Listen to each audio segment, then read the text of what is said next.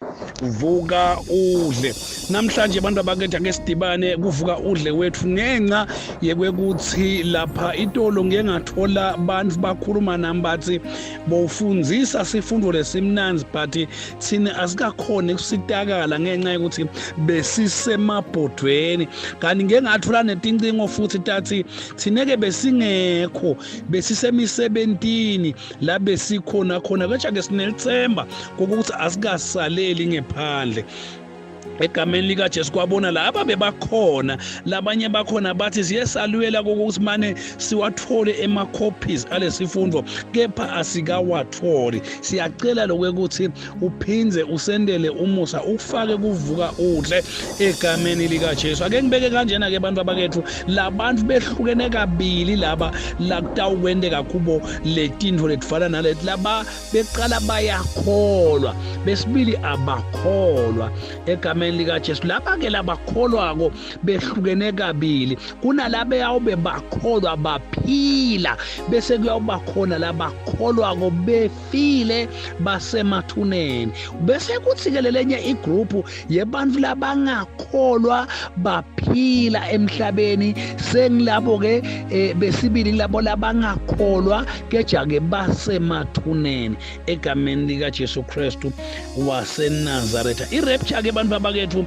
iconzene nalaba labayawube bakholwa baphila nalabo bayabe bakholwa befile egameni likaJesu. Ngive kahle mhlobo wami egameni likaJesu uthi nakakhuluma lokhuzana Jesu lapha kuMateyu 24:50 uthi kugadzeni lokho ngoba kuyawuta kutuma njengembane. Kani kuMathew 24:36 uthi Jesu kwanami icobo lwami angadi lokuthi letintfo titawukwendeka nini ngaliphi hour ngasiphi isikhathi kepha uNkulunkulu kuphela lo wathi. Kepha ke uthi naku lengifuna kunitshela kona la ukhuluma lamagama kuMateyu 24:27 uthi ngiyawuqhamuka njengembane mina ungakateleli umuntu. Kuthi kuverse number 30 walo 24 uthi uyawuqhamuka ngemafu.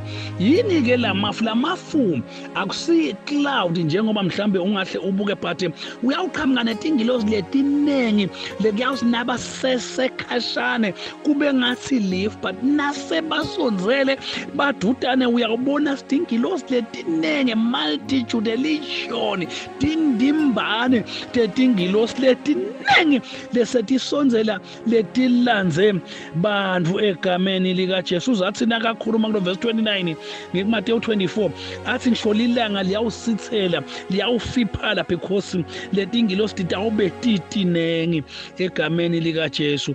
Athi nakayibeka ke 1 Thessalonians chapter 4 verse 16 egameni likaJesu athi kuyawube kuyi-rapture egameni likaJesu athi kuyawukhala livile elikhulu engilozi lenkulu bese khala le trumpet yaNkulunkulu uqobo egameni kuyaba nemsindo lomkhulu ke ngiko ke athi ke onke emehlo atakumbona ngisho nalabamgwazile bayawukumbona. Revelation 1 verse number 7 egameni likaJesu. Uthi ke le rapture itawuba kanjena abantu abakethu nakayichaza Thessalonians chapter 4 verse 17 uthi the dead will rise first egameni likaJesu.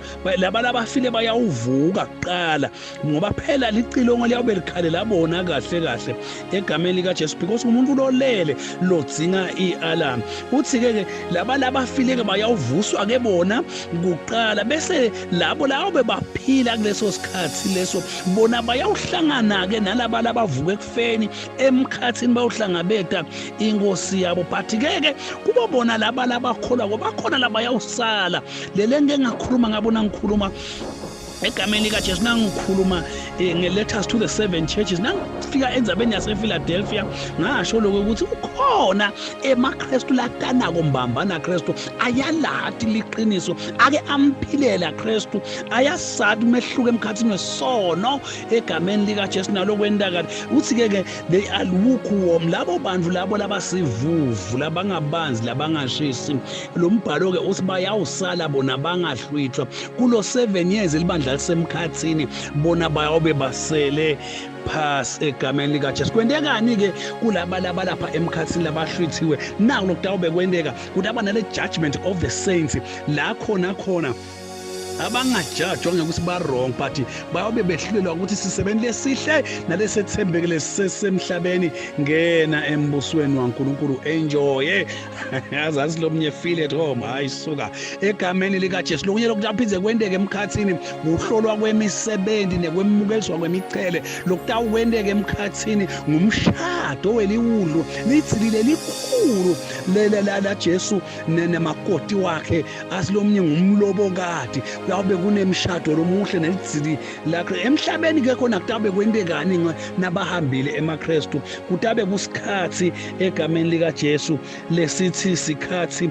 se-lawlessness egameni lika Jesu lesi sikhathi la khona bantu abakethu kuphilwa budlwangudlwangu i-rape iyabe isezingeni leseturu lesikhathi bantu abakethu i-evil i-defiance kunegenge i-gangsterism i-crime itawube kwendeka timanga into lenga-unbearable ngibabhlungu lokuthi kutawube kunemadvodzana aKristu emhlabeni la decide ukuthi phelela kuba sivuvu basakholwa egameni lika Jesu ngoba the earth will be under the mark of the beast 666 leyawube torturisha i-very cruel emhlabeni egameni lika Jesu ake ngivete bantu abakethu lokwekuthi lo 7 years labatawuhlala pheduru kepha ke emkhathini kepha ke lamhlabeni uyawuhlukaniswa kabili ke wona kuyawuba ngu42 months we tribulation egameni lika Jesu Revelation 11 verse number 2 bese kuba na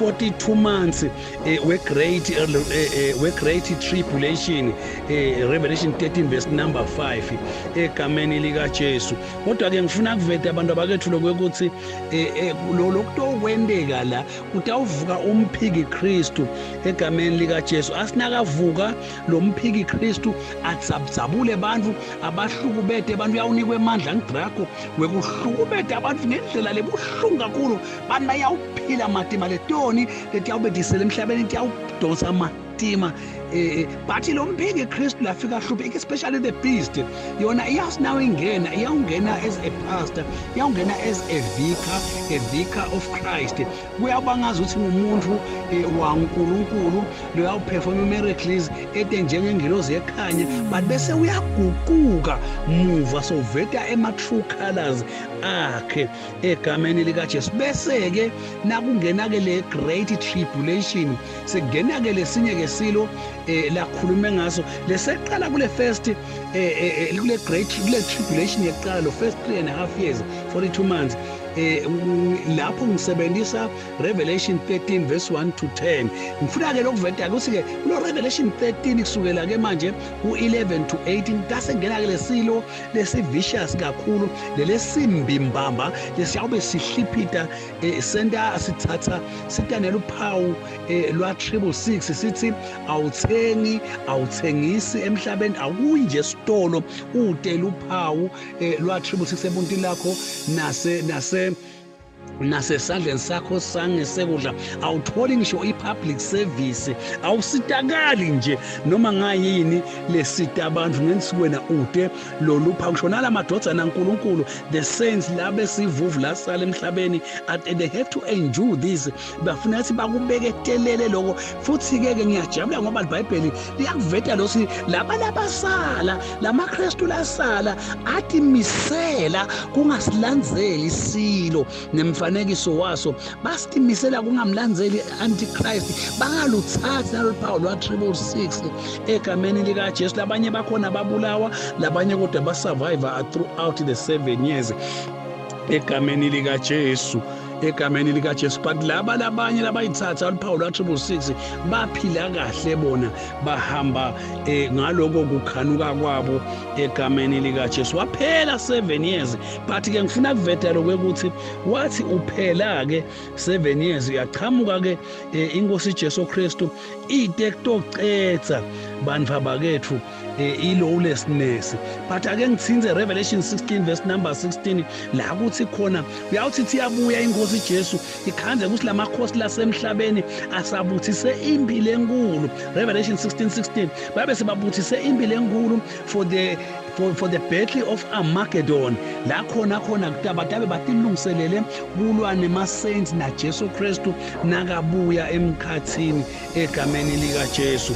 But-ke ngifuna kuvedana ukuthi Jesu lapha bakutele yena utoqedza i-lawlessness le prevail ku-7 years egameni likaJesu. Uthi Revelation 19 verse 11 to 14 uyawuqhamuka Jesu agibele lasiteli imhlophe edanale empile enkulu lenkulu kakhulu yasezulwini egameni likaJesu, lefaka nanathi ekhathi, lefaka nema-angels egameni likaJesu. Usinakasho Revelation 19 verse 18 athi uyawufike entshabeni the Mount of Olives egameni likaJesu. Uyayinanathi Zechariah 4 verse 14 verse number 4 lokuthi uyawufike entshabeni yemincuma egameni likaJesu.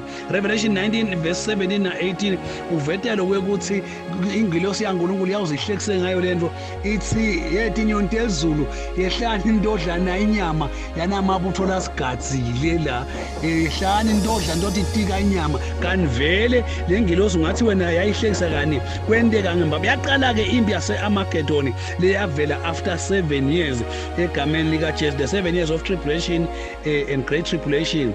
Kuthiwa ke abantu abakethu Jesu wayiwina leyo mpi leyo egameni likaJesu ngesword leyayiqhamuka from his mouth egameni likaJesu. Kwasinayiphela leyo mpi leyo Jesu wathatha the beast and the false prophet wabajikijela ku-lake of fire, Revelation 19 verse 19 and 20 egameni likaJesu. Sathane kwasekwendekani-ke kuye-ke wamthatha-ke Sathane wamjikijela ku-bottomless pit lesiyibita nge-abyss egameni likaJesu. Ayawugicika lapha for 1000 years, Revelation 20 verse 1 verse 2 na verse 3. Nasekuphelile-ke Sathane ajijelwe e-bottomless pit nemphiki Kristu ne-false prophet seyijijelwe ku-lake of fire. Kwasekwendekani-ke kulabantu labe bathethela uphawu lwa-666 nakulo lokwendeka kubo egameni likaJesu Kristu laba bebathethela uphawu lwa-vicarious filidae egameni likaJesu. Kwase-ke kuba ne-judgment of the people la khuluma khona Jesu Matthew 25 athi kwabekwa timvungalana kwase kubekwa timbudingalana batshelwa abantu ukuthi labakwendile nalabangakakwendi. Bese uthi-ke lo verse number 46 laba batimbuthi labe babonakala banelicala bajikitshelwa ku-hell, bajijelwa ku-eternal torment egameni likaJesu. Seyakuke sebalahliwe Sathane u-bottomless pit uyarola for 1000 years. Bese-ke umphiki Kristu ne-beast nemprofethi wemanga bajijelwe bona lake of fire. Kwase kwendekani-ke kulamaKristu. AmaKristu-ke wona-ke aphila-ke iminyaka leyinkulungwane emhlabeni. iJerusalema laNkulunkulu elihle leli golden lase liyehla umuntu lothandzekako lomuhle wehlela emhlabeni. Jesu waba inkosi yabo baphila phasi kwenkosi. Kwakunemfula lomkhulu wawengca la khathi eJerusalema lesha uhamba ugobhote manje kuphila labe usinganatha wona uphile. Asinaka kakhulu Revelation 21 athi ngisho nalesihlahla sasengathi nyase-Edeni sabuya satobalana engathi nyase-Edeni sasithela ka-12 neminyaka. Bantu bebasibangadla from the tree of life baphile phakathi, basibangadla baphinde baphile futhi egameni likaJesu. Ngifuna nekuveta la ekuthenini la kule millennium siphila emhlabeni thine siyabe sikholwa, siyabe siphila nge-God's diet. Kuyawube kude lokudla kudliwa kwenyama because i-God's diet uyibekile nakacedza kwakho umuntu wambekela usuyawuphila kanjani. Genesis chapter 1 verse 29 washo uNkulunkulu ukuthi umuntu awuphila ngema-grains, umuntu awuphila ngama-fruits, umuntu awuphila ngama-vegetables. This is the rightful diet yemuntu. Even tilwane uthi Jesu uthi uNkulunkulu nakakhuluma ku-Isaiah 65 egameni likaJesu. Isaiah 65 nawufunza verse number 25 uthi laba bantu laba bayawube baphila uthi mabhubesi.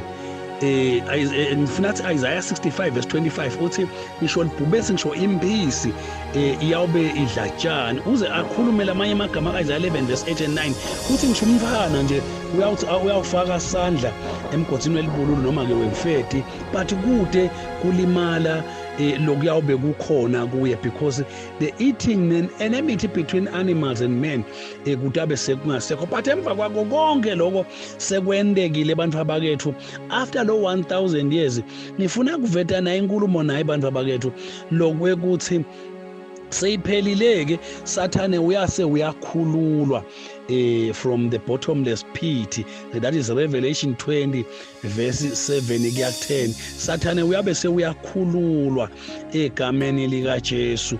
Ukhululwa ini-ke ukuthi awage i-war against the saints. Nakangena nje uvusa abogogi namagogi, uthatha tonke tivete emhlaba, uyakuyokuhlasela le Jerusalem lelisha leliphila lapha ku 1000 years lelibuswa nguJesu Kristu. Uyawugageletela-ke lo muti ngenhloso ukuthi ababhudlute, ababulale bonke, abacethe. But Jesu uyawenda atimanga because uyawuvela akhiphe i-order, kwehle umlilo from heaven ubashise bonke laba labakakeletele lo muti longcwele lophile ku-millennium.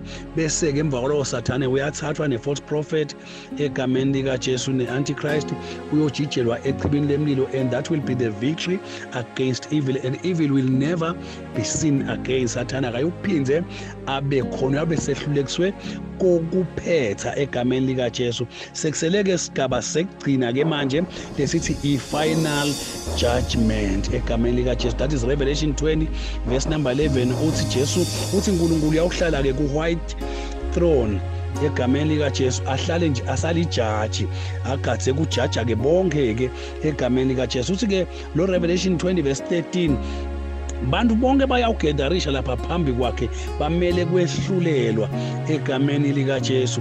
Uthi lwandle liyawukhipha labakubo, iHades ikhiphe labakubo, nekufa kuyawurelease abantu labakubo labafela khona, bayawubhekana ne-white throne judgment egameni likaJesu. Athi Revelation 20 verse 12, tincwadi tavulwa nalenye yavulwa, kodwa labangatholakalanga encwadini yekuphila bajikitshelwa echibini lemlilo egameni likaJesu. Bonke labangatholanga encwadini yephila bajijelwa echibini lemlilo. Bese kuthi-ke tonke toni, ngisho nayo yona lenzayo yalabafile iHades, ngisho nalokufa-ke licobo lwako nako kwathathwa kwajijelwa echibini lemlilo egameni likaJesu. Labangcwele baNkulunkulu base bayathathwa-ke bona bayawumiswa ekuphumuleni kwangunaphakathe, labatawuhlala bona neNkulunkulu loyinkosi yabo.